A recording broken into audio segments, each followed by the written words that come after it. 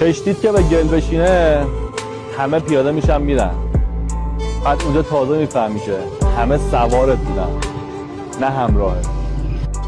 غایبان در روزهای سخت تا ابد باید غایب بمانن.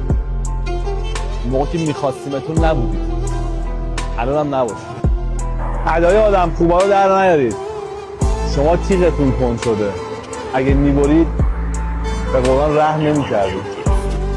میگم هیچ وقت به خاطر زخماتون پیش کسی ناله نکنید.